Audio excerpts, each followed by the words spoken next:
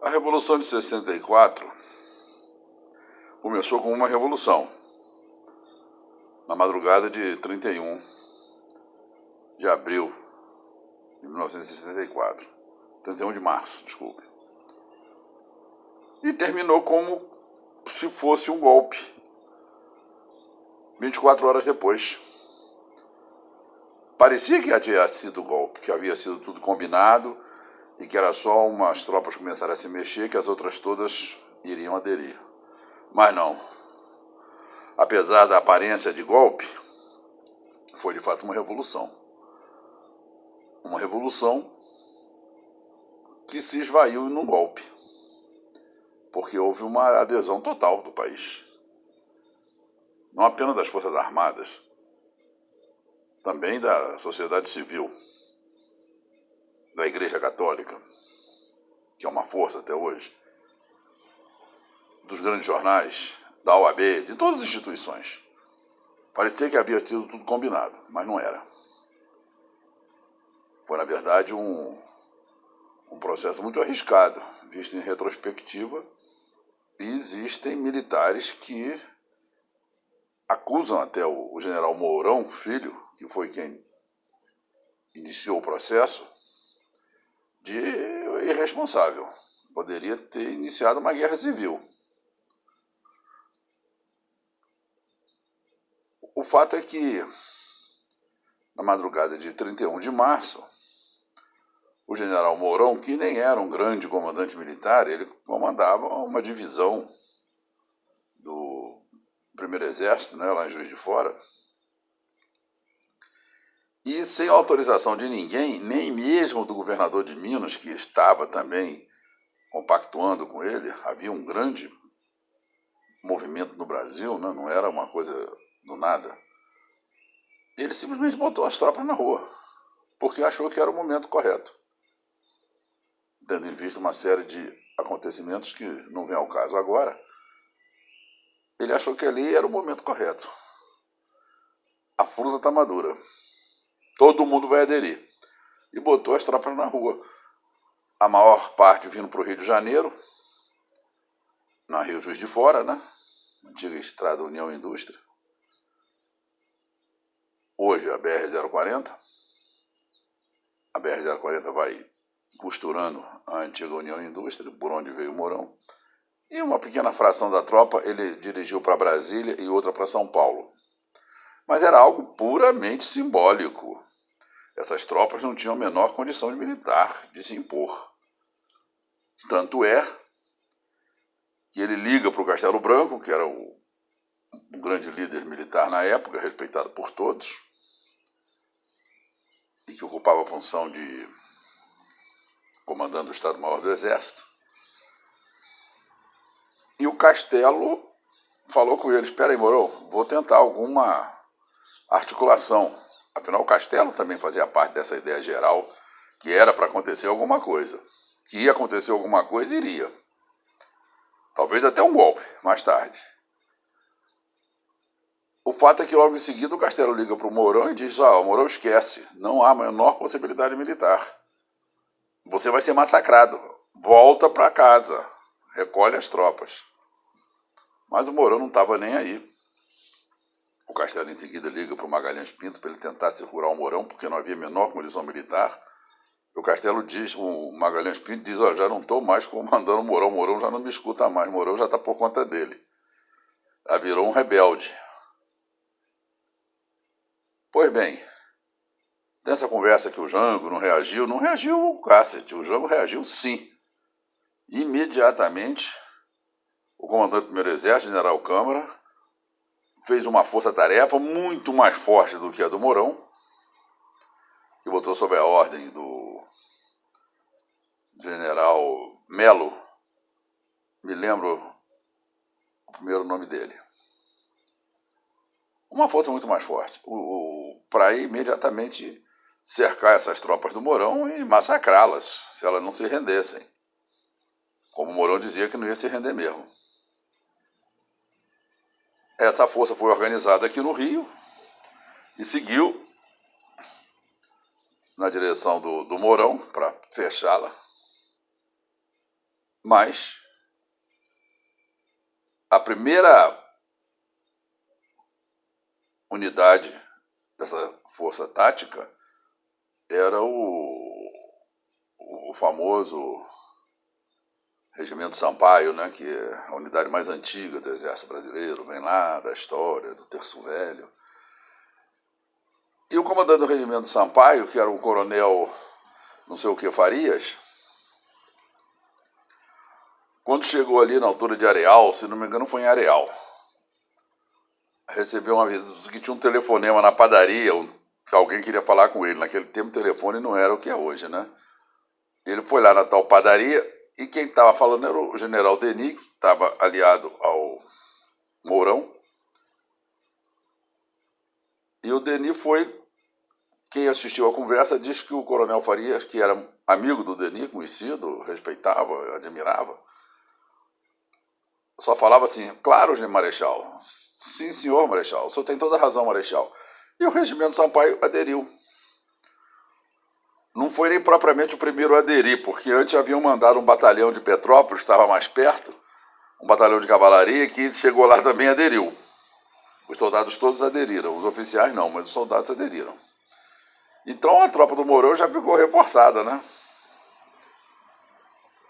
O general Melo, que estava no comando, além de perder o Regimento Sampaio, soube que havia perdido também a sua tropa de tanques, que havia sido desviada já para outra direção.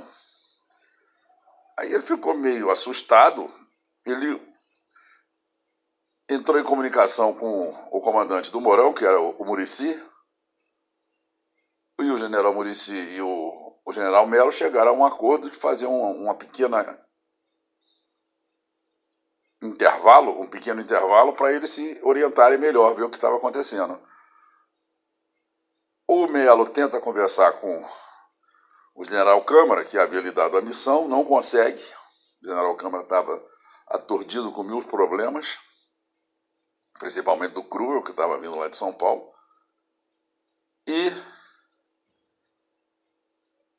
o Melo acaba conseguindo falar com Brasília, com o general Assis Brasil, que estava, não era o segundo, mas o Krieger estava no hospital, e o Assis Brasil, então, era a pessoa com que o Melo poderia se entender. E o Melo queria saber o que fazer. O Assis Brasil diz: ó, Melo, eu tô fora, eu já tô indo para casa, não quero mais saber de nada. Faz o que você achar melhor. E o Melo achou melhor simplesmente chamar um táxi e voltar para Copacabana, para sua casa, e largar isso para lá, pô. Nem deu ordem nenhuma, largou para lá o seu exército, que ficou acéfalo. E talvez tenha sido essa ordem do Melo a principal, né? Porque se o Mourão fosse destruído ali naquele exato momento, ou pelo menos confrontado, possivelmente teria iniciado um processo militar. Mas essa tentativa, que é do Jango, evidentemente, ele era o presidente da República, nada iria ser feito por cima dele, não funcionou. A tropa do Mourão continuou descendo para o Rio de Janeiro. E aí há o episódio que pode-se dizer que é o fundamental, quando o Mourão liga para o Cruel, em São Paulo, que tinha o segundo exército, que era o exército mais forte. Diz: aí, Cruel, já faz 18 horas que eu estou lutando sozinho. Você não vai fazer nada? E o Cruel, que já havia conversado com o compadre dele, que o Cruel era compadre do Jango, e o Jango não é maluco de botar o segundo exército, que era mais forte, na mão de qualquer um, botando na mão do compadre dele, que é padrinho desse filho dele aí, que está atualmente por aí, falando: ah, papai, papai, papai. O padrinho falou: olha, você se afasta desses comunistas que eu garanto a legalidade. Mas o Jango teria dito que, ó, não é hora de eu brigar com os únicos que estão do meu lado. Primeiro eu vou massacrar o Mourão, depois vamos ver o que fazer. Essa parte é sempre esquecida, como se o Jango não tivesse feito nada. Não fez, não. Tentou fazer, não fez porque não foi possível. O exército simplesmente não obedecia mais. Depois daquela besteirada que ele fez lá com os marinheiros, ele perdeu totalmente a moral. dentro das Forças Armadas em geral. Tinha algumas exceções. Pois bem, então o segundo exército pegou a Dutra e veio para o Rio de Janeiro. Foi nessa vinda para cá que o Câmara teve que tomar os tanques do Melo para tentar se defender do segundo exército, né? Quando o segundo exército passa em Resende, né, ali na Academia Militar, o general Crua, que comandava, mandou chamar o aluno mais antigo. E aí veio lá o aluno mais antigo da escola, né, o representante dos alunos, ele foi e entregou o seu bastão de comando ao aluno. Como se dizendo, eu não estou me rendendo, né? Eu não vou lutar contra o meu compadre, mas estou entregando aqui o comando para o aluno mais antigo. E o aluno, evidentemente, saiu correndo e entregou para o diretor-geral da escola, né? O presidente da escola lá, o comandante-geral da escola, que na época era o general Médici. O Médici pega o telefone e liga para o oficial mais antigo do Exército Brasileiro, que nessa época o Exército, nesse momento o Exército estava uma confusão, não tinha mais hierarquia, não tinha mais nada. Então valia a tradição, né? Entre os generais, qual é o mais antigo? Era o Costa e Silva, que nessa hora já tinha saído da praia, ele estava na praia lá em Guarujá, veio correndo, se escondeu um pouquinho antes, mas depois veio e bateu aqui no Rio, no Ministério da Guerra, e estava lá. E o Médici ligou para o Costa e falou, Costa, ordene-se e serás obedecido. Quer dizer, ele mesmo já elegeu o Costa e Silva. E todos aceitaram, na verdade, o comando. Inclusive o próprio Mourão, quando o Mourão chega no Rio, o Lacerda oferece para ele o Maracanã para ser a sua base, ele bota a sua tropa lá, e ele vai lá no Ministério da Guerra, vai como um rebelde, não tem que dar satisfação a ninguém. Depois ele até alega que agiu errado, que ele devia chegar lá e mandar prender logo o Costa e Silva e o Castelo, ele tinha força para isso, né? Mas diz que ele chegou lá, o Costa e Silva estava dormindo, ele mandou acordar, o camarada ficou meio sem graça de acordar o general. Falou, vai lá que eu estou mandando. O Costa e Silva teria vindo de cueca conversar com ele, aí Mourão. Aí o Mourão falou, mais tarde ele disse, eu era uma vaca fardada. Eu cheguei, bati continência para o Costa e Silva e entreguei o comando para ele. No que, na minha opinião, fez muito bem. Mais tarde ele questionou. Se ele não tem feito isso e deixado que um oficial mais antigo assumisse o comando geral da Revolução, que já estava se transformando num golpe. Parecia que tudo tinha sido combinado. Que aí todo mundo aceitava bem. O Jean, quando viu que as ordens que ele dava não funcionavam, foi para Brasília e de Brasília foi para o Rio Grande do Sul, que era a sua última base. Onde lá ele recebeu um apoio teórico do general que comandava lá o Terceiro Exército, mas ele mesmo, lá sim, lá ele já tinha caído na realidade e também já tinha sido avisado que havia uma frota americana se encaminhando para Vitória, porque o que se imaginava é que essa revolução iria existir mesmo e que haveria necessidade de apoio, a frota iria encostar em Vitória e aí havia um apoio ao lado de cá da Revolução, do Mourão, contra o lado de lá do Jango, iria começar uma guerra civil, uma revolução de fato, que não se realizou, mas estava preparada para acontecer.